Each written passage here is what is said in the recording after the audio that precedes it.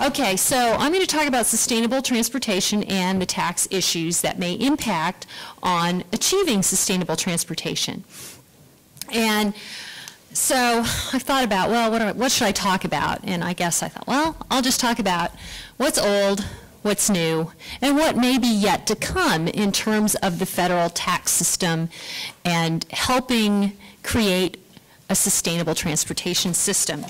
So basically, I'm sorry to say that this is all about politics, and tax is actually all about politics. And I've heard a lot of discussion about politics in the various panels today, but I just wanted to read to you a little bit. Now, I'm sure a lot of you have read this book, and I'm obsessed with it right now. This is Thomas Friedman's Hot, Flat, and Crowded.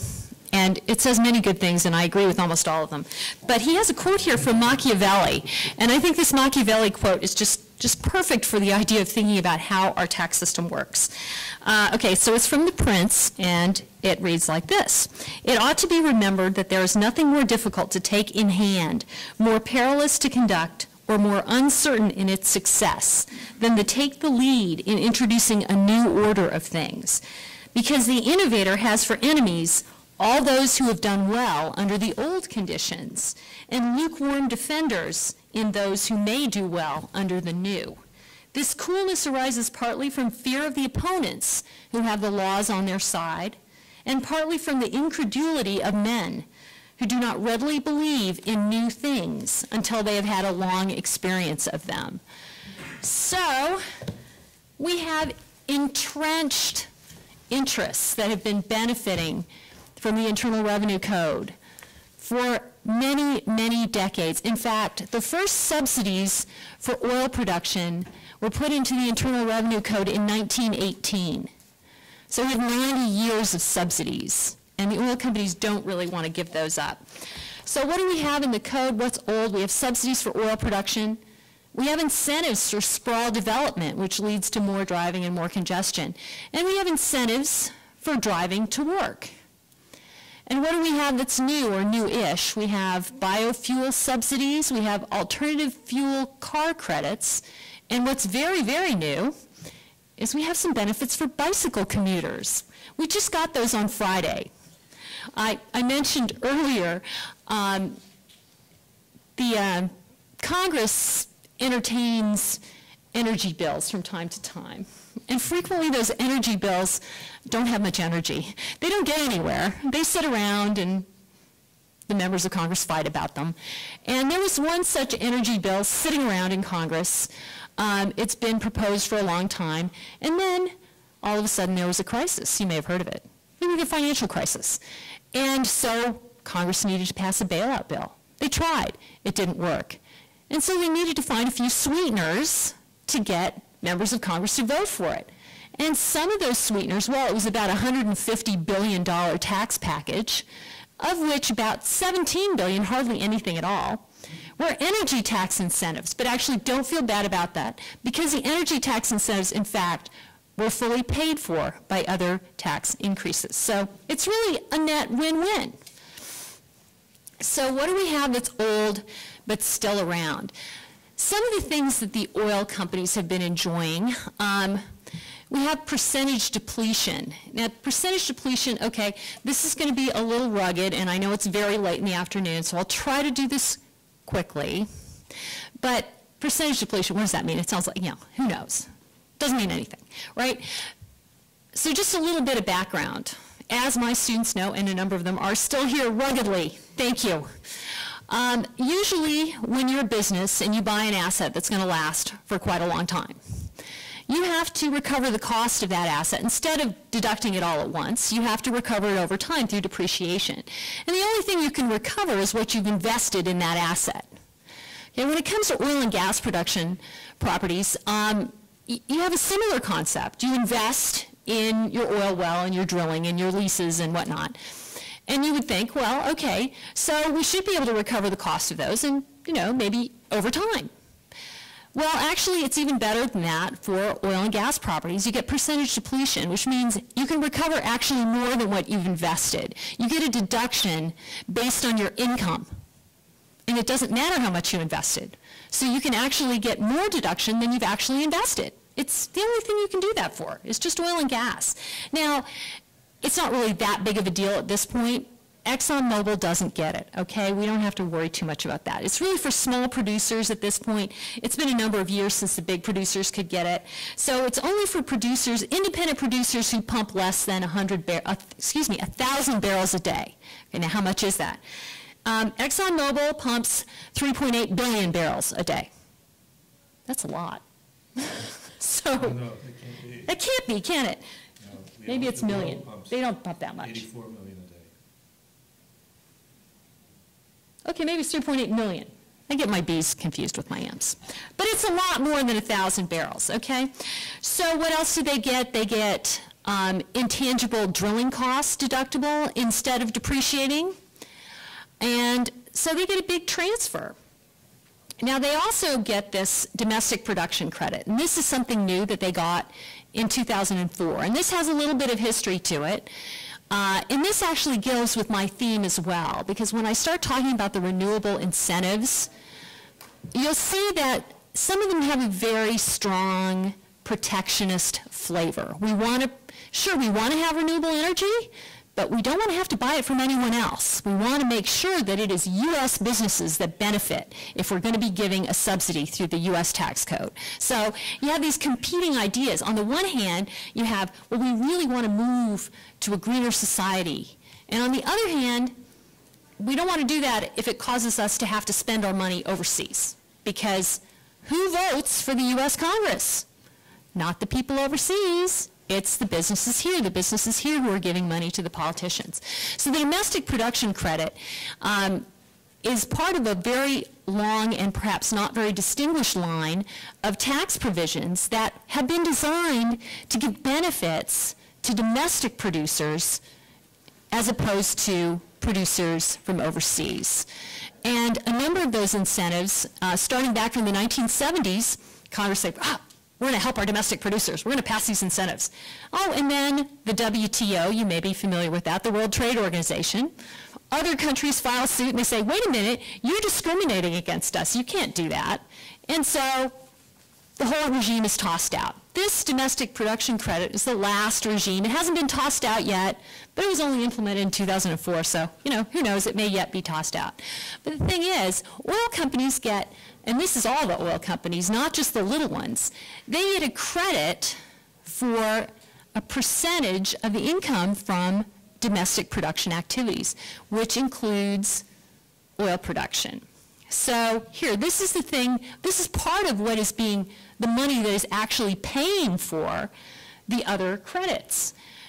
It's limited to 6% of gross receipts derived from the sale of oil and gas. Started in 2004 at 3%, ratcheted up to 6% for 2006 and 2006 to 2009. It was supposed to go up to 9% in 2009, but it's being held at 6%.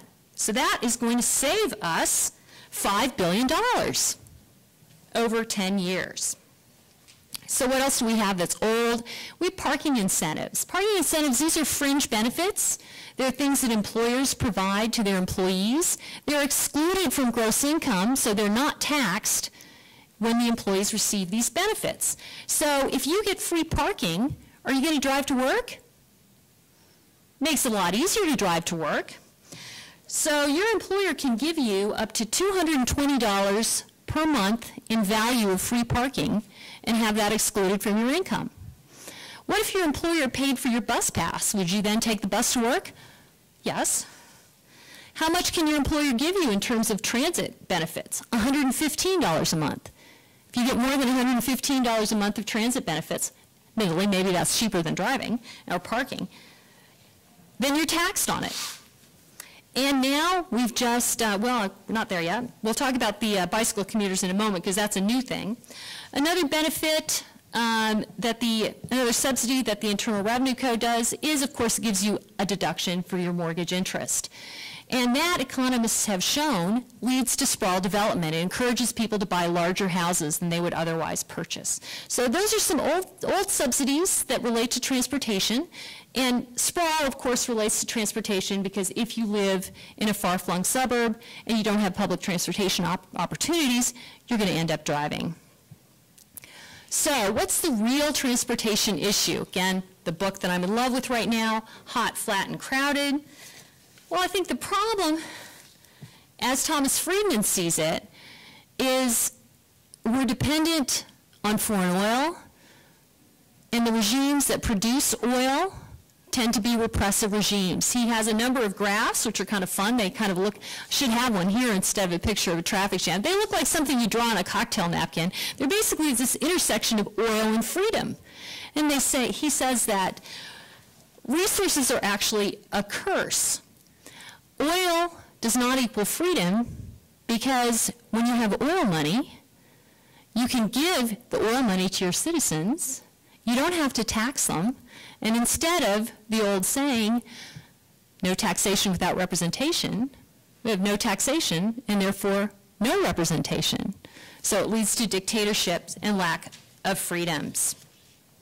So this is the real issue as I see it. The real transportation issue is the dependence on oil and the repressive regimes that leads to. How am I doing, Heather? Good. Okay. All right, so what's new?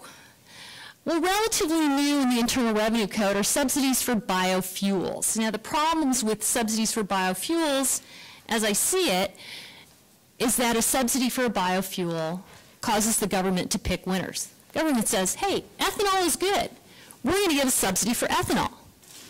Biodiesel is good. We're going to give a subsidy for biodiesel.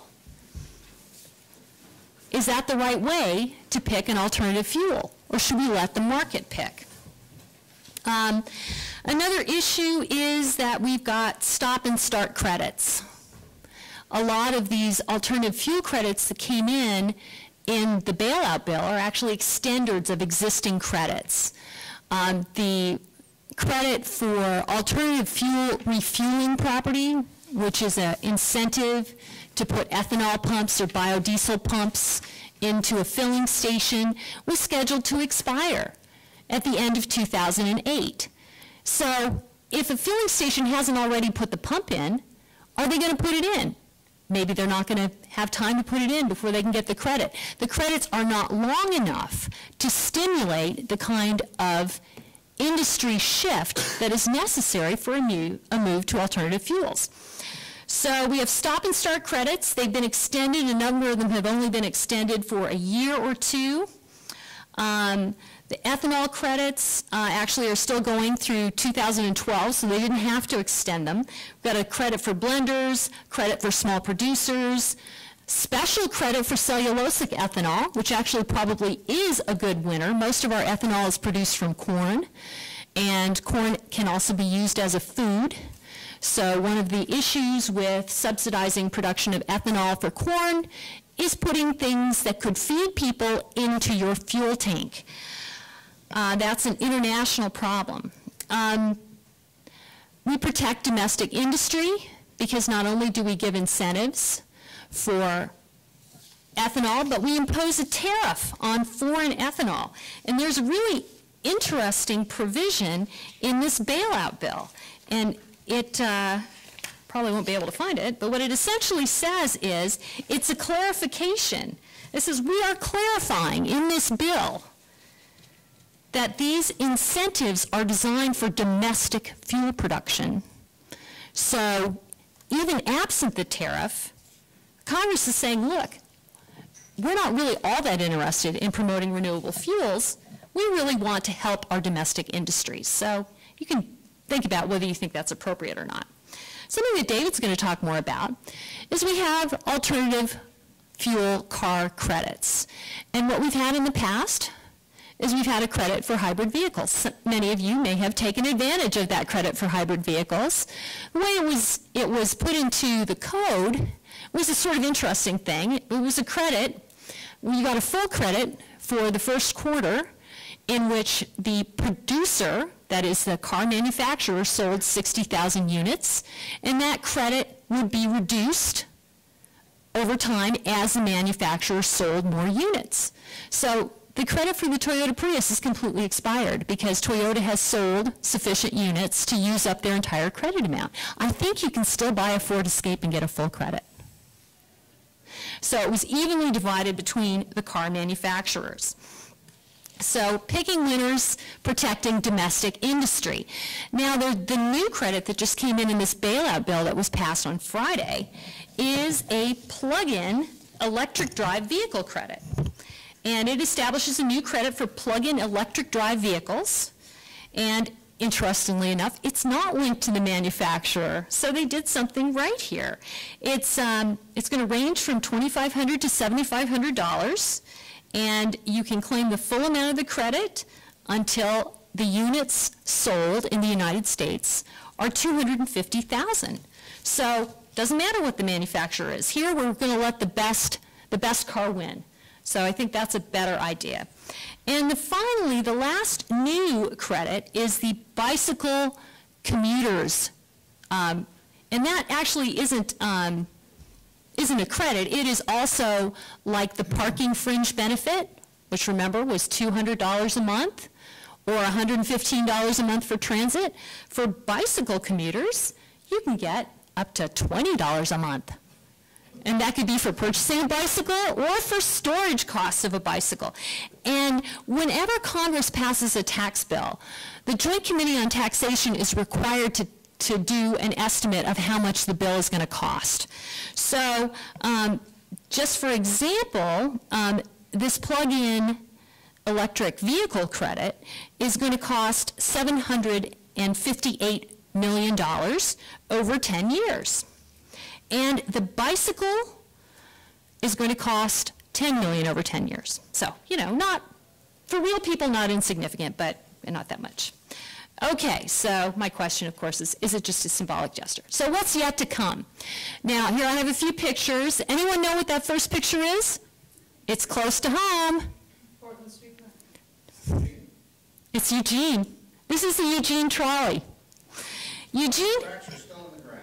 Yep, you can see them on Columbia Avenue, just south of here. Yeah, from 1907 to 1927, the Eugene trolley system operated 18 miles of track. At that time, Eugene had a population of 11,500 people.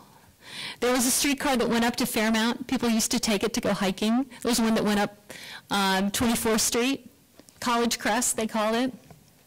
And yeah, it was pretty cool. And why don't we have that sort of thing now? Well, actually, most of the trolley systems in the United States were actually private ventures, and they were money-making ventures. And I don't know if anyone's seen the movie Who Framed Roger Rabbit, okay? And my favorite line, why would you need a car in Los Angeles? We have the best public transportation system in the world. What happened there? Well, public transportation is funded by the gasoline tax, the federal gasoline tax. Over 70% of that public transportation, of that money from the gasoline tax goes to fund roads and highways. So somewhat less than 30% goes to public transportation. I think what we need to do is we need to incentivize public-private partnerships to bring public transportation so that if we do implement full social costing of fossil fuels, like for example a carbon tax or an increased gas tax, the people will have alternatives and they will not just have to suffer because they can't drive. They will still be able to go places.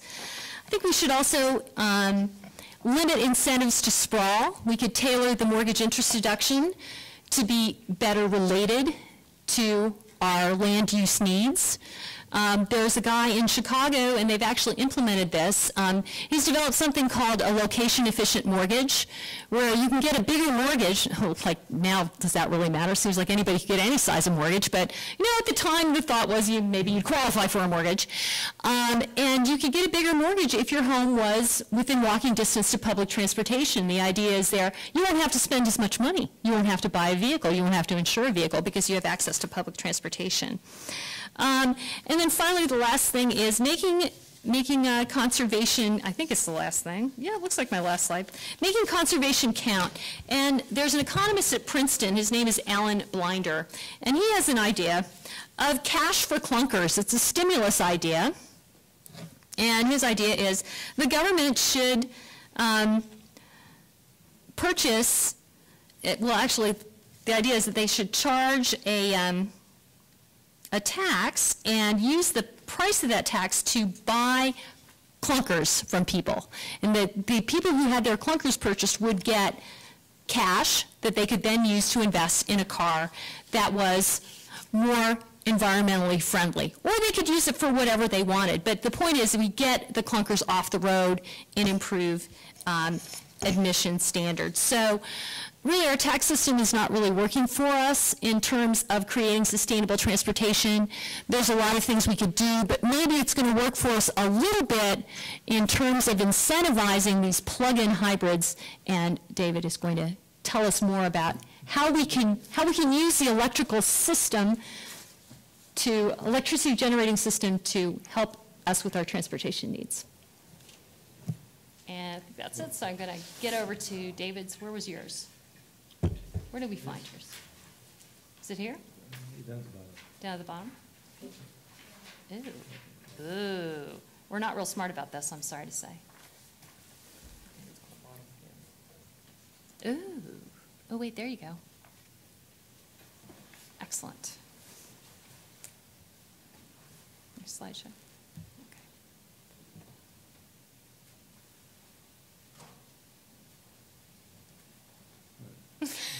Okay, I'm doing it. I'm doing it. There we go. Okay. Here you go. There you go. Well, I want to thank you all for having me come out here. Oh. Thanks for inviting me. It's a pleasure to be here, and always a pleasure to see Roberta, who snuck away in the night this summer from our campus, and I'm under orders from the dean to put her in a big satchel and bring her back, and the dean will pay for the extra weight. My tax students are really happy about that. I think, hey, no test. Okay, yeah. And what I want to talk about today is the prospect of zero-emission greenhouse gas emission cars. And I come from Delaware, a very small state. Now, because of Joe Biden, you all know that it exists. There's less than a million people in the state. But for some reason, the stars have aligned, and it has become a hotbed of energy innovation. Partly as a result of a lot of coincidences, and I apologize that there's a couple slides in here on wind energy that I never got in here. But I need to give you just a little bit, a quick background.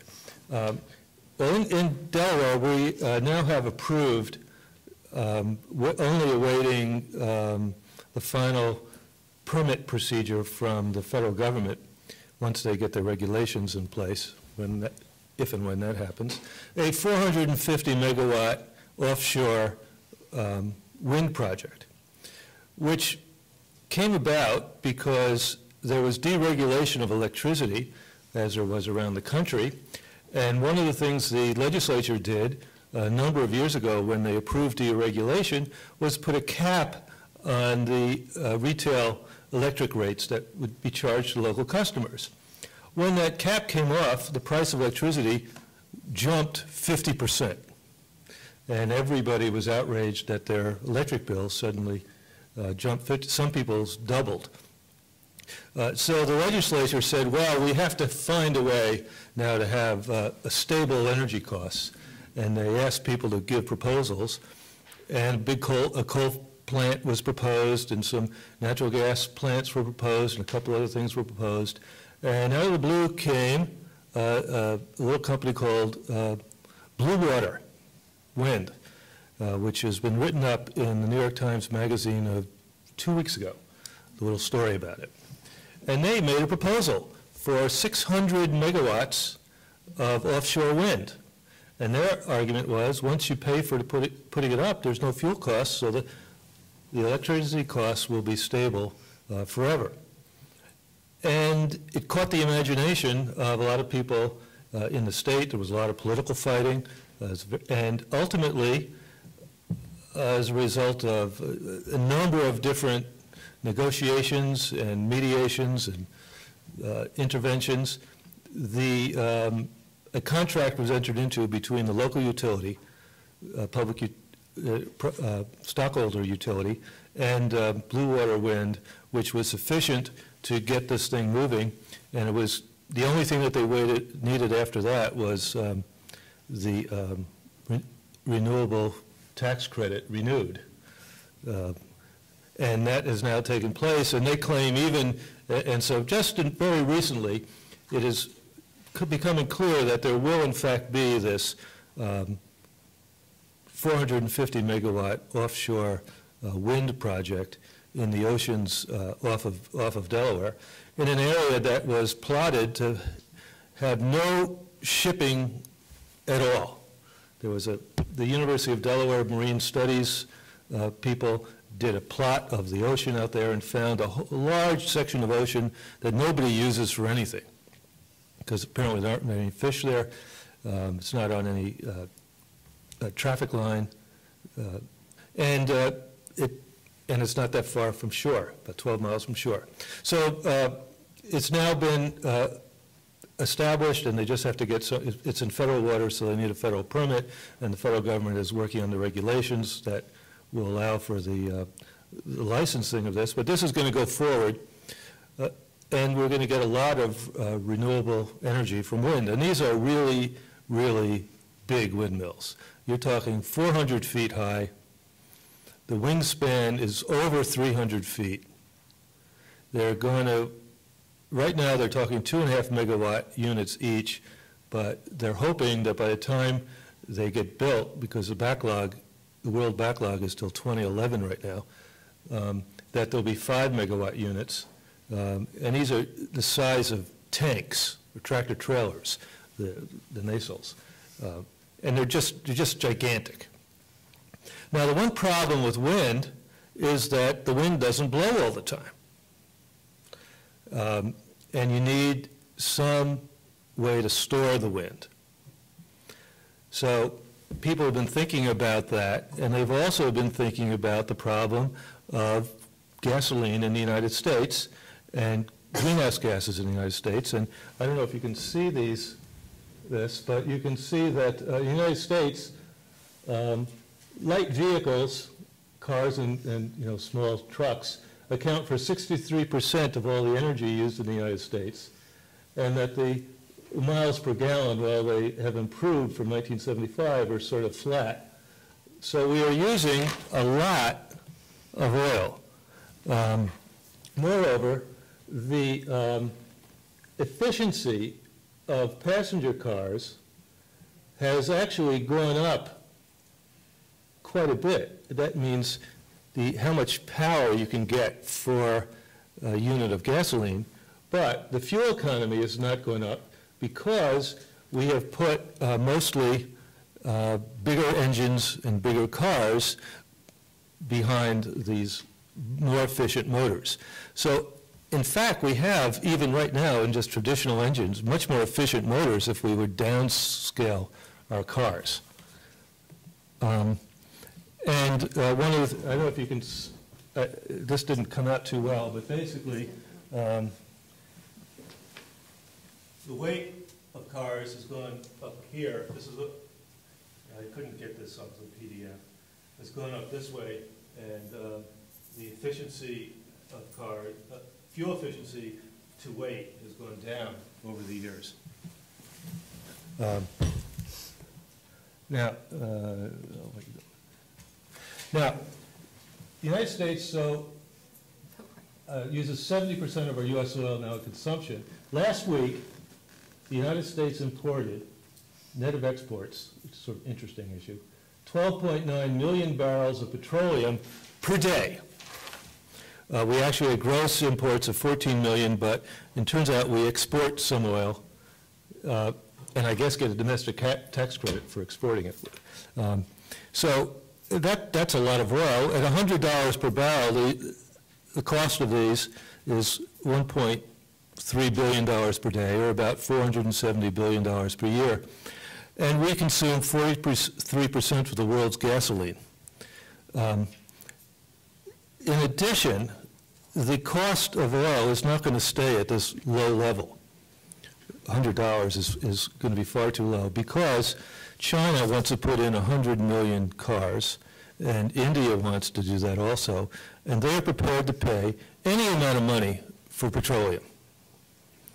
And right now, the world capacity for pumping petroleum out of the ground is only a couple 100,000 barrels a day, more than the total demand when everything is going just right. So if you have one well in one area that goes offline, you automatically, a couple 100,000 barrels a day drops the world supply below world demand, and the marginal price just increases. And it does not appear that Saudi Arabia has a substantial ability to increase its oil pumping. A, to do so would mean it would destroy the long-term viability of its fields, and B, there is some thought that its fields are starting to tire.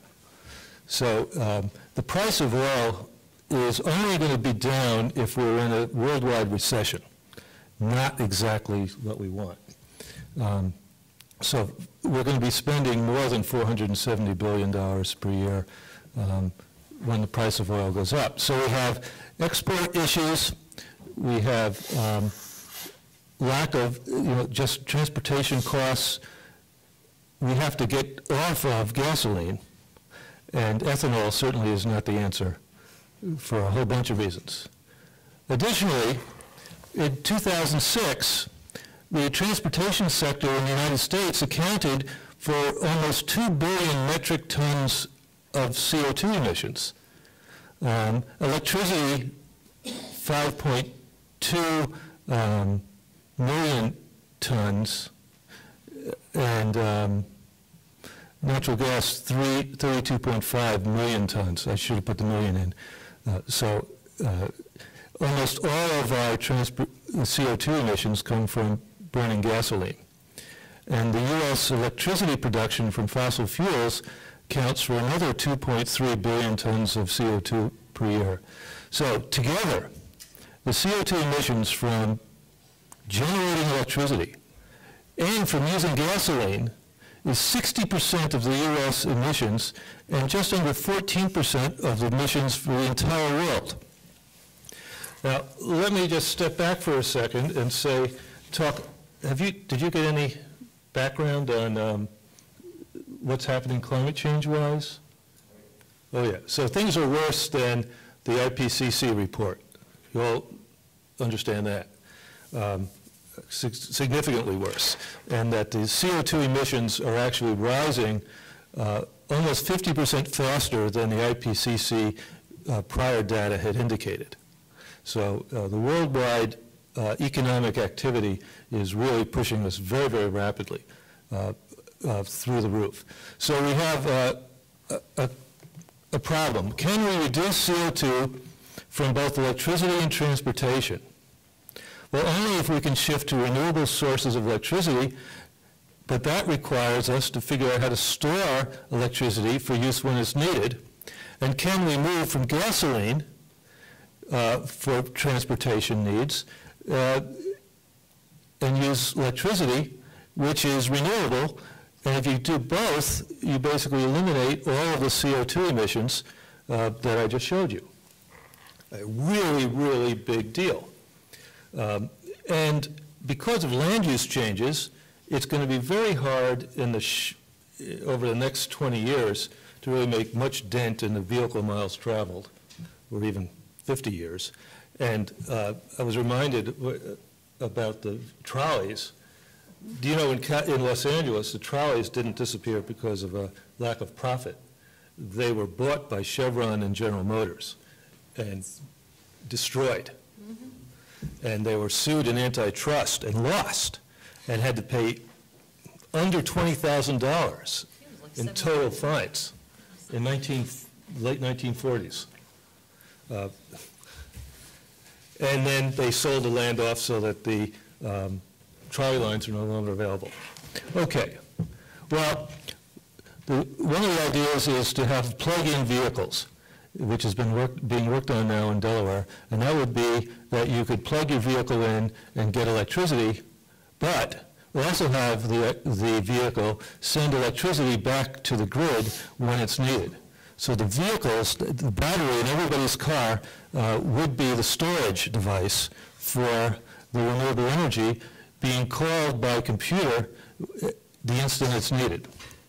So the average, and basically the power of the fleet, if we could work through, if you work through all the numbers, is 3 times the amount of generation currently and 8 times the amount of load if we can develop the right batteries and frequency regulation. Well, there is right now a very concrete project going on in Delaware. And one of the things that utilities need to do is keep the electricity frequency stable.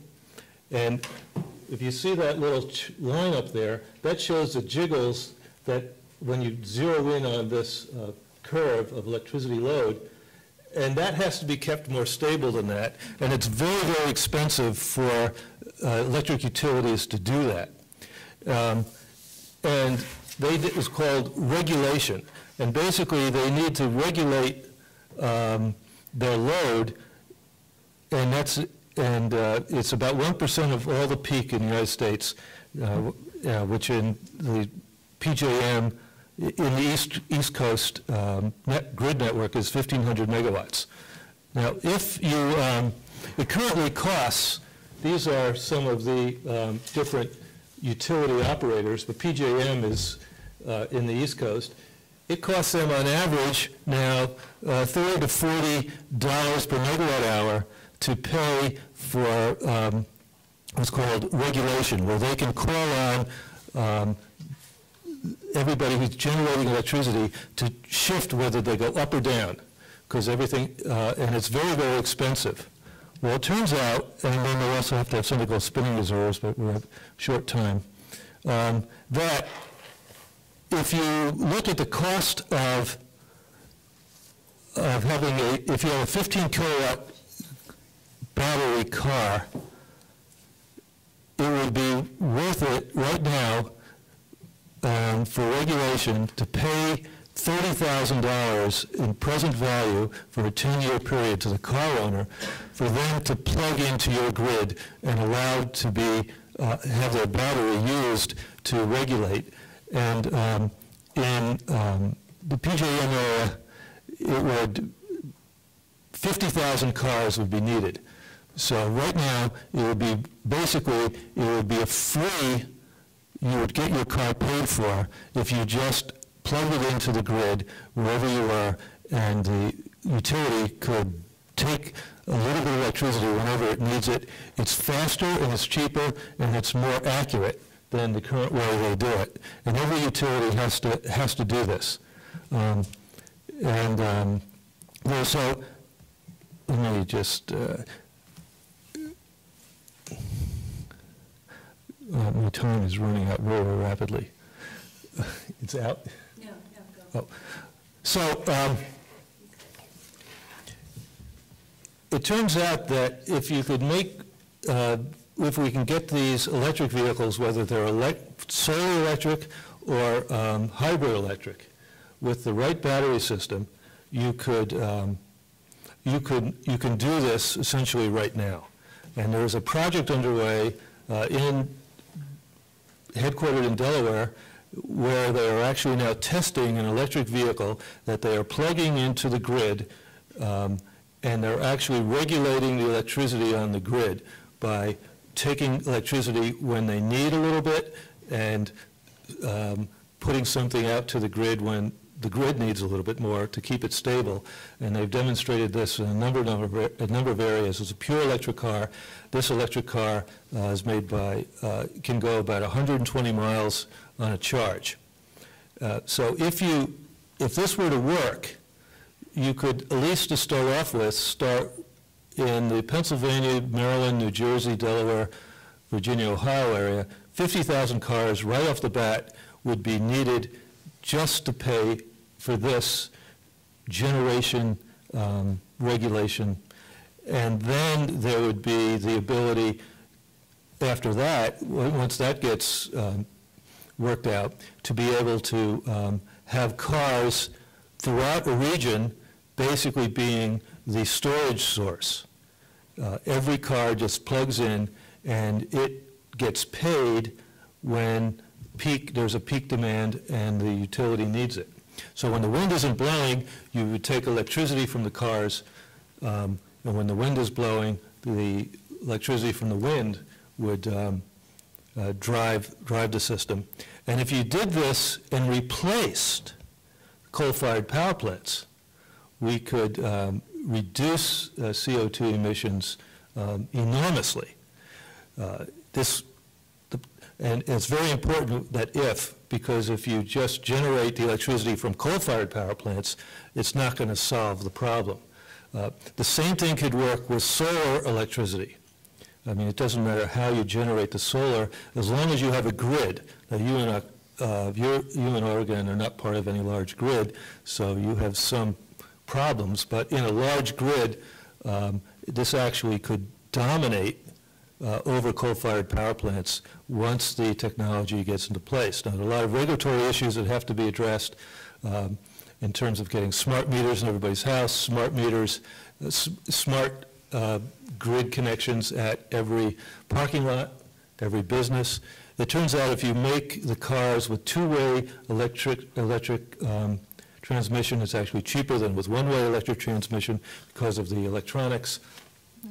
And with the new tax credit, it may be that if you can get the car down to costing, right now without a tax credit, if you can get a car to cost $39,000, it pays for itself under the regulation. Wow. Just for paying for regulation. And if you can get the batteries priced down and get get everything in place and get the price down, it would then be everybody would then be an electric supplier to the system, a storage device for the electric system. There's a consortium going on in Delaware. I'm one of the anonymous observers, but they have a car made by Tesla Motors and AC Propulsion, and they're sponsored by, the utilities are working together with a number of other outfits, and they hope to have some good real-time, a lot of real-time data by the end of this year to be able to move to the next stage of trying to figure out how to build a business model, which I can't go into now, but there's a notion of having aggregators and various ways of marketing it and buying it and financing it and the like. But this is probably the most innovative idea currently on the table for trying to reduce greenhouse gas emissions and make renewables viable.